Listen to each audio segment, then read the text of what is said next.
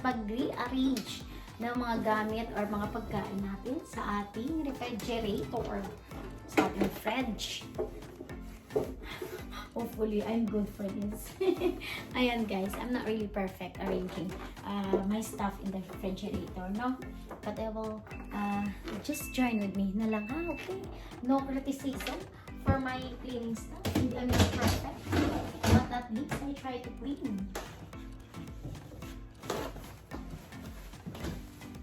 Hindi naman ganun kadumi yung fridge ko.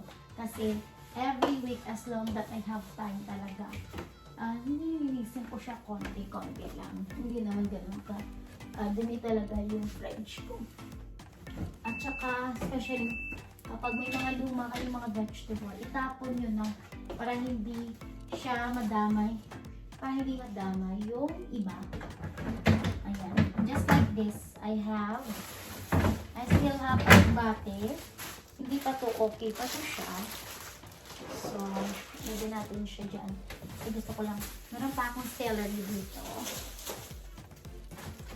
Ang talong ko, pangit na siya. Sayang no. Meron pa ako dito tomato. And bell pepper. Ayan. Kasi gusto ko talaga yan siya. Meron pa akong sibuyas dahon.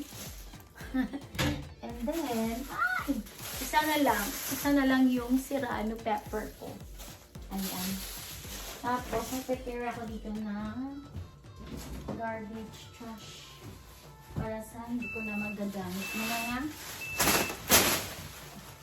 ayan na siya. So, sayang siya kasi yung anak ko hindi siya marunong pumili. Si LJ to bumili. So, hindi siya marunong pumili ng eggplant na binili niya. Then, sayang na yung ano ko o yung ano ba tong tawag ito? Singkamas ko. Ayan. So, ito siya. Ayun ko. Yung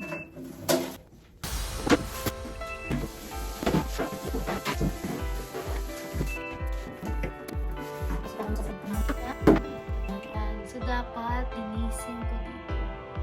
Ang dumi niya na pala. Ayan.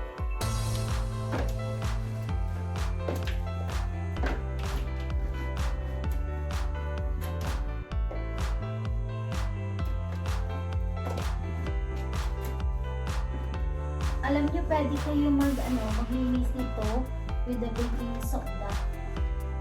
Spray ng baking soda kasi mawawag siya.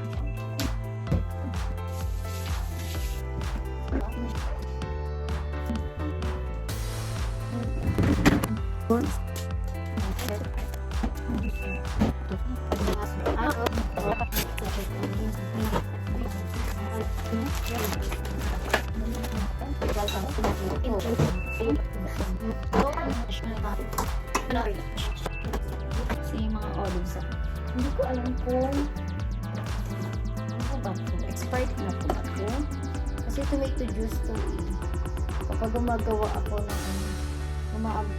ng shrimp cocktail, I use tomato paste. Paano ko ba malalaman kapag expired na o hindi?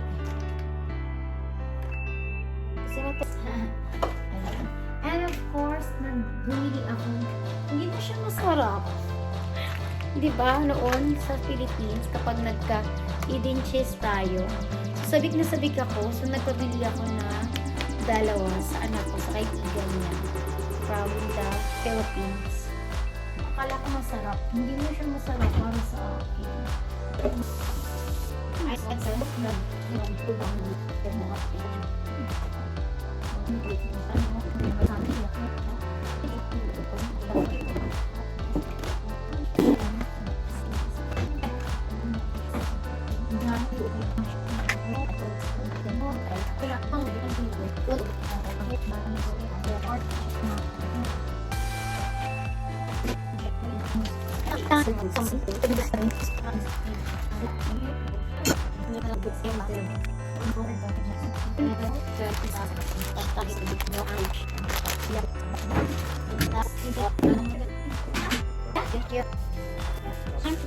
Ito yung tomato ko, bell pepper, onion leaves, meron akong serrano pepper dito, at saka ginger. Ilalagay ko sa fridge para tatagal siya.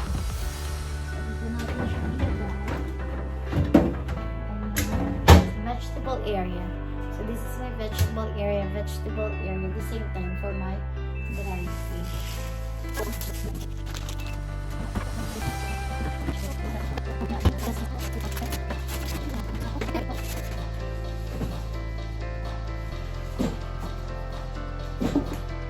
Gagawin ko guys, kasi ilalagay ko yung mga meat. So, ilalagay ko pati yung box.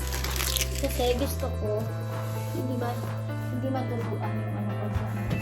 Kasi, yung meat na to, gagamitin ko siya. Isa-segregate ko siya. Isa-isa. Mamaya.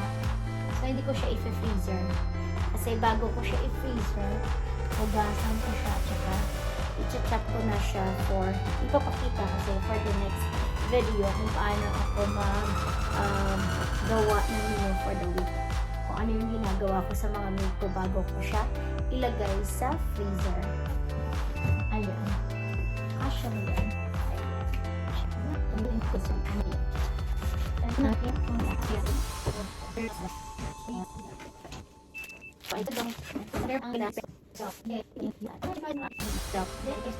Ang laman ng aking refrigerator.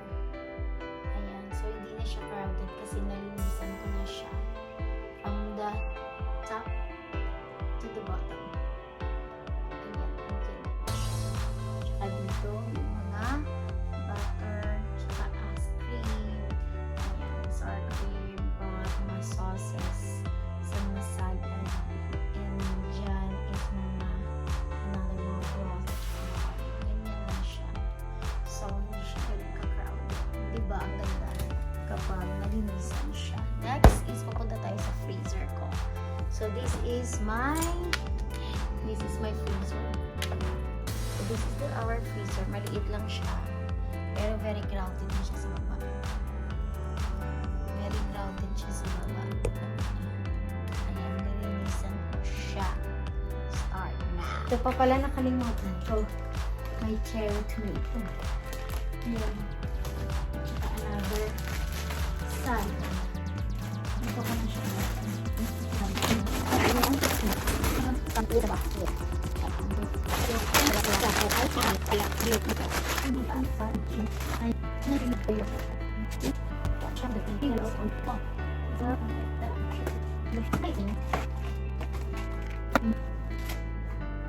Ayan, dito ko ilalagay sa baba.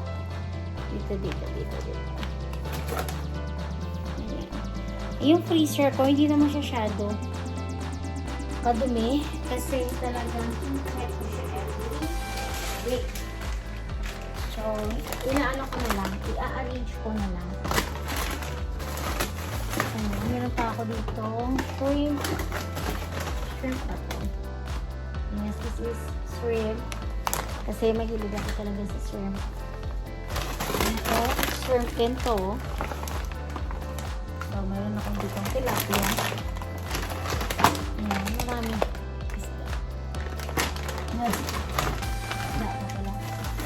Meron kami dito mga squid ring. So, ang gagawin ko sa baba is gawin ko siyang seafoods area. No?